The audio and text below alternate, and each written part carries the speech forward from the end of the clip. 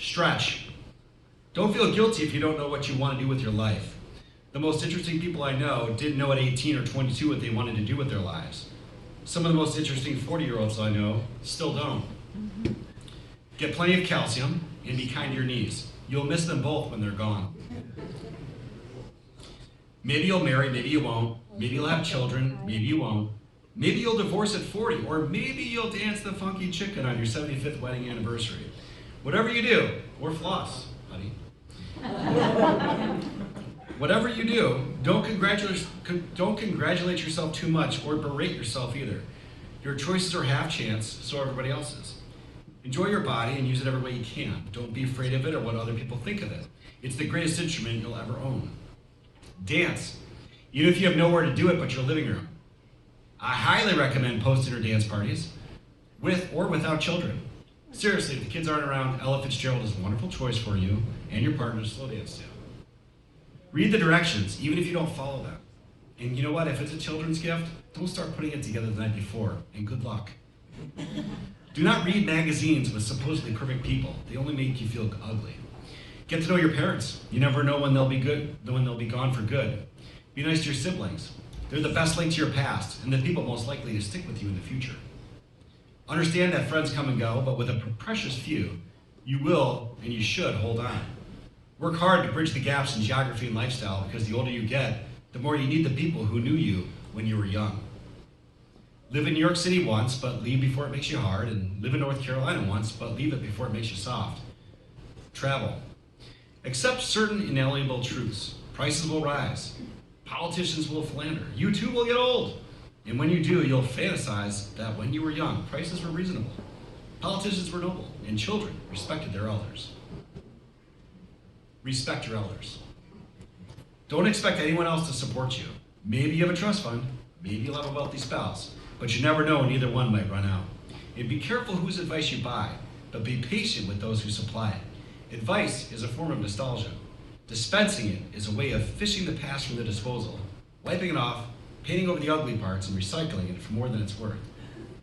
Lastly, if you really didn't listen, or don't understand anything I've said, please trust me on one thing. Don't forget to wear your sunscreen.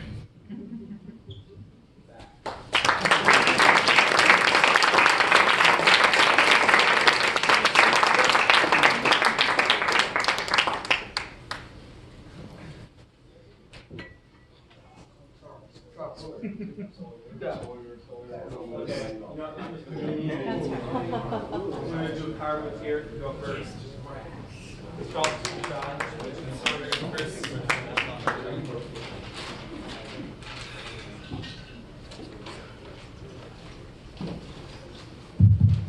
Always wanted to do that.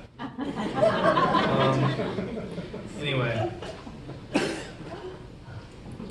I've known Coach Dovich since I started high school in 9th grade. That's when I started swimming on this team. And for the first 3 years, I swam under Coach Dovich in junior varsity. The fourth, I swam varsity, but as with the people on the swim team must surely know, I have a place I consider a native home in the swim lanes, and that would be lane 1 and lane 2. So every practice I ended up participating in the JV practice, which was fun. And Charles always was jealous when he got moved up to lane 3. But anyway, so, in my time there, I noticed some things. First off, ever since I grew this masterpiece right here, Coach Dovich and I have been beard bros.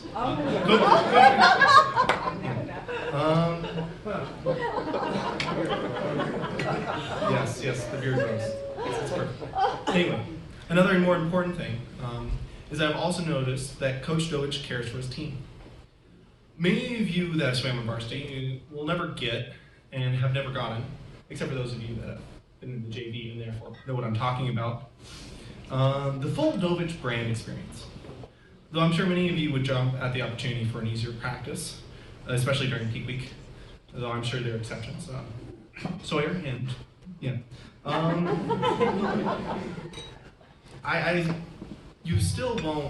be able to get that experience. The experience does not lie in easier practice. It lies in when Coach Dovich gives advice to swimmers, checks with them, sees if they're doing okay, and takes their suggestions regarding what events we want to swim, what events we feel confident in swimming. And then congratulating us when we do well, and supporting us when we don't. And also pushing us to do some of those events that we may or may not feel confident in. These are all the signs of a great coach, but they're also, Coach Dovich puts his own spin on them, in a sense, and he makes them, and by doing so, he contributes to memories that I hope I will never forget. One thing is for certain, it is that Coach Dovich cares, and he shows it in all the actions he does. I'm glad to have had Coach Dovich as my coach, and I hope, I'm certain I'll remember the time I have been swimming here as a Baron. And if everyone's willing, let's do the team cheer. 1, 2, 3, come on guys, don't leave me hanging. Barons! There we go.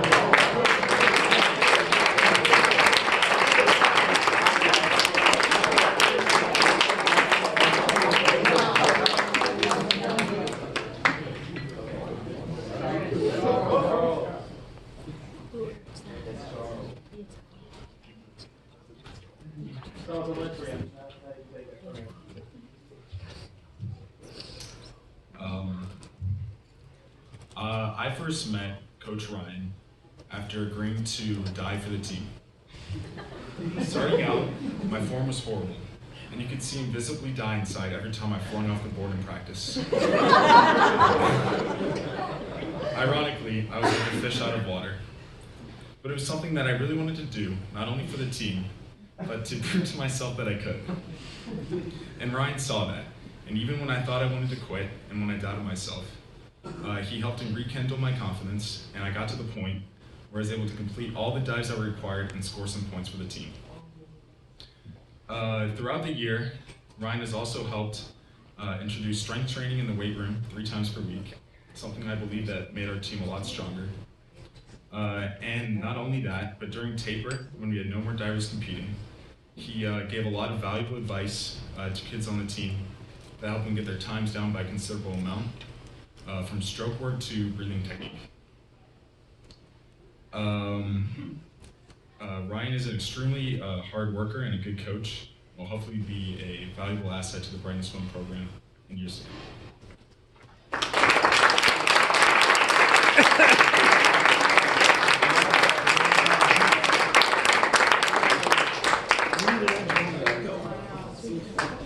It's all good.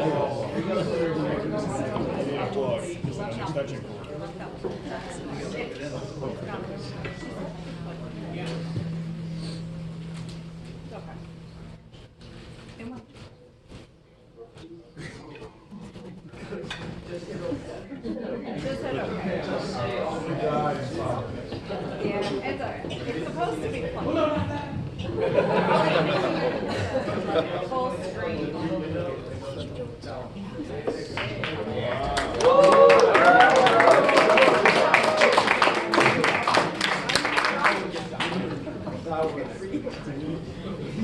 Greetings. So this is a speech for Coach Vic, who has been my coach for the last 5 years.